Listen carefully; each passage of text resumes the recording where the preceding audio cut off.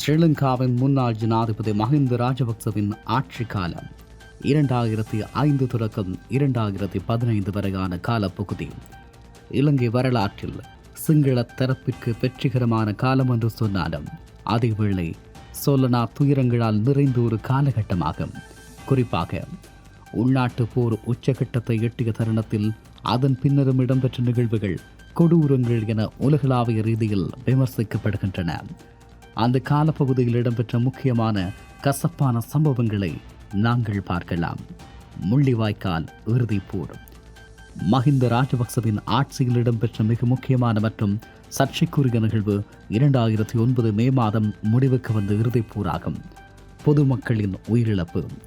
போரின் இறுதி நாட்களில் பாதுகாப்பு வலயங்கள் என அறிவிக்கப்பட்ட இடங்கள் மீது தாக்குதல் நடத்தப்பட்டதாக குற்றம் சாட்டப்படுகிறது. இதில் பல்லாயிரக்கணக்கான தமிழ் மக்கள் கொல்லப்பட்டதாக ஐக்கிய நாடுகள் சபையின் நிபுணர் குழு அறிக்கைகள் தெரிவிக்கிறது. உணவு மற்றும் மருந்து பொருட்கள் தட்டுப்பாடு நிலவிய சூழலில் மக்கள் சொல்லனா துயரங்களை அனுபவித்தனர். வெள்ளவேன் கடத்தல்கள் மற்றும் காணாமல் போதல். மஹிந்தவின் ஆட்சி காலத்தில் வெள்ளைவேன் கலாச்சாரம் என்பது ஒரு பயங்கரமான குறியீடாக மாறியது. அரசாங்கத்தை விமர்சிப்பவர்கள், ஊடகவியலாளர்கள் மற்றும் செயற்பாட்டாளர்கள் பட்டப்பகலில் வெள்ளைவேன்களில் கடத்தி செல்லப்பட்டனர்.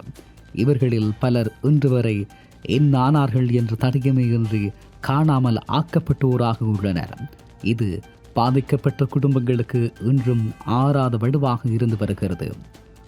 ஊடக சுதந்திரம் நசுக்கப்படல். கருத்து சுதந்திரத்திற்கு எதிரான நடவடிக்கைகள் அந்த காலத்தில் உச்சத்தில் இருந்தன. லசந்த விக்ரமதுங்க படுகொலை. சண்டே லீடர் பத்திரிகையின் ஆசிரியர் லசந்த விக்ரமதுங்க வீதியில் வைத்து படுகொலை செய்யப்பட்டமை ஊடகத்துறையை அச்சுறுத்திய ஒரு பிரதான சம்பவமாகும். ஊடக நிறுவனங்கள் தீக்கிரையாக்கப்பட்டன. பல ஊடகவியலாளர்கள் நாட்டை விட்டு வெளியேற வேண்டிய கட்டாயத்திற்கு தள்ளப்பட்டனர். சிவில் போராட்டங்கள் மீதான அடக்குமுறை. யுத்தம் முடிந்த பின்னரும் சாதாரண மக்களின் அடிப்படை உரிமை போராட்டங்கள் வன்முறையால் ஒடுக்கப்பட்டது. ரத்து பஸ்வல துப்பாக்கிச்சூடு. சுத்தமான குடிநீர் கேட்டு போராடிய மக்கள் மீது இராணுவம் நடத்திய துப்பாக்கிச் சூட்டில் 3 கொல்லப்பட்டனர். கட்டுநாயக்க மற்றும் சிலாப போராட்டங்கள். தொழிலாளர்கள் மற்றும் மீனவர்களின் போராட்டங்கள் ஒடுக்கப்பட்ட விதமும் மனித உரிமை மீறல்களாக பார்க்கப்படுகிறது. சிறுபான்மையினருக்கு எதிரான வன்முறைகள்.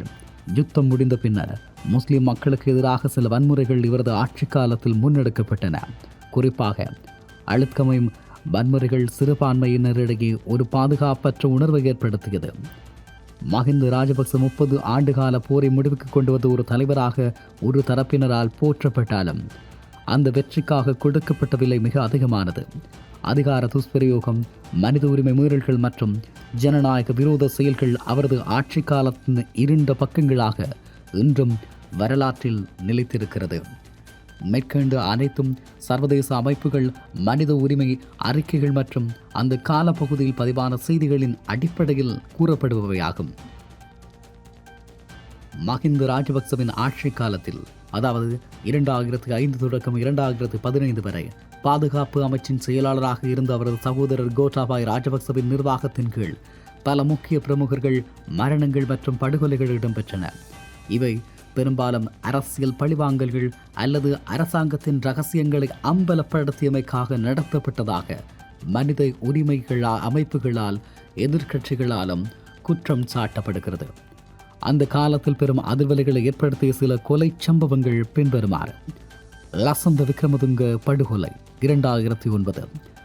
மஹிந்த ஆட்சியின் ஊடக அடக்குமுறைக்கு மிகச்சிறந்த உதாரணமாக லசந்த விக்ரமதுங்கவின் படுகொலை பார்க்கப்படுகிறது.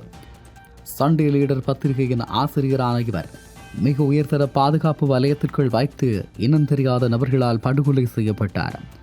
அரசாங்கத்தின் ஊழல்கள் மற்றும் மிக் விமான கொள்வனவு ஊழல் குறித்து அவர் தொடர்ச்சியாக எழுதி வந்ததே இந்த படுகொலைகளுக்கு காரணம் என்று சொல்லப்படுகிறது. பிரகீத் எக்னலி கூட காணாமலாக்கப்பட்டமை. ஊடகவியலாளரும் கேலி சித்திர கலைஞருமான பிரகீத் எக்னலி கூட 2010 ஜனாதிபதி தேர்தலுக்கு 2 நாட்களுக்கு முன்னர் மர்மமான முறையில் காணாமல் போனார்.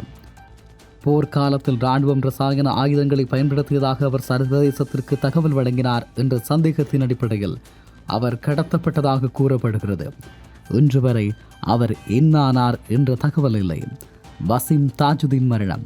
பிரபல ட்ரகர் விளையாட்டு வீரரான வசீம் தாஜுதீன் மரணம் ஆரம்ப நாட்களில் ஒரு வாகன விபத்து என சொல்லப்பட்டது. 2012 இடம்பெற்றது. பின்னர் மேற்கொள்ளப்பட்ட விசாரணைகளில் அவர் சித்திரவதை செய்யப்பட்டு படுகொலை செய்யப்பட்ட பின்னரே வாகனம் தீயிடப்பட்டது என்று கண்டறியப்பட்டது.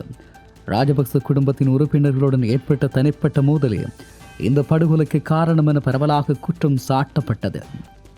பாராளுமன்ற உறுப்பினர் ஜோசப் பரராஜசிங்கம் படுகொலை 2005. மட்டக்களப்பு புனித மரியன்னை தேவாலயத்தின் நத்தார் நள்ளிரவு ஆராதனையில் கலந்து கொண்டிருந்த போது நாடாளுமன்ற உறுப்பினர் ஜோசப் பரராஜசிங்கம் கொல்லப்பட்டார். இது மஹிந்த பதவியேற்ற ஆரம்ப காலத்திலேயே இடம்பெற்ற ஒரு பாரிய அரசியல் படுகொலையாகும். ரவிராஜ் படுகொலை 2006. தமிழ் தேசிய கூட்டமைப்பின் யாழ் மாவட்ட நாடாளுமன்ற உறுப்பினர் நடராஜ ரவிராஜ் கொழும்பில் வைத்து பகிரங்கமாக சுட்டுக் கொல்லப்பட்டார். இனப்பிரச்சினைக்கு அதிகார பகிர்வு மூலம் தீர்வு காணப்பட வேண்டும் என தென்னிலங்கை மக்களிடம் சிங்கள மொழியில் உரையாற்றிய ஒரு முக்கியமான குரல் நசுக்கப்பட்டது என்று குறிப்பிடலாம். தராக்கி சிவராம் படுகொலை. சிரேஷ்ட ஊடகவியலாளர் தராக்கி சிவராம் கொழும்பில் பாராளுமன்றத்திற்கு அருகில் வைத்து கடத்தப்பட்டு பின்னர் படுகொலை செய்யப்பட்ட நிலையில் மீட்கப்பட்டார். இராணுவ புலனாய்வு பிரிவினருக்கும் துணை இராணுவ குழுக்களுக்கும் இதில் தொடர்பு இருப்பதாக சர்வதேச மன்னிப்பு சபை அமைப்புகள் சுட்டிக்காட்டின. சிறைச்சாலை படுகொலைகள். வெலிக்கடையில் 2012. வெலிக்கடை சிறைச்சாலையில் ஏற்பட்ட கலவரத்தை கட்டுப்படுத்துவதாக கூறி அதிரடிப்படையினரால் 27 கைதிகள் சுட்டுக் கொல்லப்பட்டனர். கொல்லப்பட்டவர்களில் பலர் குறிப்பிட்ட சில கைதிகள் என தெரிவு செய்யப்பட்டு திட்டமிட்டு சுடப்பட்டதாக குற்றச்சாட்டுகள் எழுந்து வருகிறது. இந்த கொலைகள் அனைத்தும் மஹிந்த ராஜபக்சவின் ஆட்சி காலத்தில் நிலவிய தண்டனை விலக்களிப்பு கலாச்சாரத்தையே காட்டுகிறது. இந்த சம்பவங்கள் தொடர்பாக பல்வேறு விசாரணைகள் ஆரம்பிக்கப்பட்ட போதிலும் இன்று வரை உண்மையான குற்றவாளிகள் தண்டிக்கப்படவில்லை என்பது இலங்கையின் நீதித்துறை மீதான பாரிய விமர்சனமாக உள்ளது. இப்பொழுதும் இந்த சம்பவங்கள் அரசியல் மேடைகளில் விவாதிக்கப்படும் ஒரு பிரதான விடயங்களாகவே காணப்படுகிறது. இலங்கை வரலாற்றில் மஹிந்த ராஜபக்சவின் தசாப்த கால ஆட்சி என்பது முரண்பாடுகள் நிறைந்த ஒரு அத்தியாயமாகும். ஒருபுறம் 30 ஆண்டுகால உள்நாட்டுப் போரை இராணுவ ரீதியாக முடிவுக்கு கொண்டு வந்த யுத்த நாயகனாக தென்னிலங்கையின் பெரும்பான்மை மக்களால் அவர் கொண்டாடப்பட்டார். ஆனால் அந்த வெற்றியின் மறுபக்கம் பாரிய மனித உரிமை மீறல்கள், ஜனநாயக விரோத செயல்கள் மற்றும் தனிநபர் பழிவாங்கல்களால் கரைபடிந்திருந்தது. அதிகாரம் மையப்படுத்தலும் அதன் விளைவுகளும் இந்த காலப்பகுதியில் அதிகாரம் அனைத்து முறை குடும்பத்தின் கையில் குவிக்கப்பட்டமை நாட்டின் ஜனநாயக தூண்களான நீதித்துறை, ஊடகத்துறை மற்றும் சிவில் அமைப்புகளை பலவீனப்படுத்தியது. வெள்ளைவேன் கலாச்சாரம் மற்றும் பகிரங்க படுகொலைகள் என்பன மாற்று கருத்துடையோரை மௌனிக்கச் செய்யும் ஆயுதங்களாக பயன்படுத்தப்பட்டன. லசந்த விக்ரமதுங்க, வசிம் தாஜுதீன் போன்றோரின் மரணங்கள் வெறும் குற்றச் செயல்கள் மட்டுமன்றி அரசாங்கத்தின் அதிகார பலத்திற்கு சவால் விடுக்கப்பட்டவர்களுக்கு விடுக்கப்பட்ட எச்சரிக்கையாகவே அமைந்தது. யுத்தத்தின் இறுதி நாட்களில் முள்ளிவாய்க்காலில் கொல்லப்பட்ட பல்லாயிரக்கணக்கான மக்கள் மற்றும் காணாமல் ஆக்கப்பட்டோருக்கான நீதி என்பது இன்று வரை ஒரு கேள்வியாகவே உள்ளது. சர்வதேச ரீதியாக இலங்கை அரசுக்கு அழுத்தம் கொடுக்கப்பட்ட போதிலும் உள்நாட்டில் தண்டனை விலக்களிப்பு என்னும் சூழலை நிலவியது. அதாவது அதிகாரத்தில் இருப்பவர்களே அல்லது அவர்களது ஆதரவாளர்களோ எத்தகைய குற்றங்களை செய்தாலும் சட்டத்தின் பிடியிலிருந்து தப்பிக்கொள்ள முடியும் எனும் நிலை காணப்பட்டது. மஹிந்தவின் ஆட்சி காலத்தில் இடம்பெற்றதாக கூடப்பெறும் இந்த கொடூரங்கள் ஒரு நாடு எவ்வளவுதான் அபிவிருத்தியை நோக்கி சென்றாலும் நெடுஞ்சாலைகள், துறைமுகங்கள் என அங்கு மனித உரிமைகளுக்கும் சட்டத்தின் ஆட்சியும் மதிக்காவிட்டால் அந்த வளர்ச்சி அர்த்தமற்றது என்பதனை கற்பிக்கிறது. மஹிந்த ராஜபக்சவின் காலம் இலங்கையை பாரிய போரிலிருந்து விடுவித்ததாக கருதப்பட்டாலும் அது அச்சம், அடக்குமுறை மற்றும் தீர்க்கப்படாத மனித படுகொலைகளின் வடுக்களை தேசத்தின் ஆன்மாவில் ஆழமாக பதித்து சென்றுள்ளது. இது முள்ளிவாய்க்கால் நினைவு வாரம். இந்த வாரத்தில் என்றாலும் முள்ளிவாய்க்காலில் பரிதவித்து இறந்த ஆன்மாக்கள் தங்கள் பழி தீர்த்து கொள்ளுமா?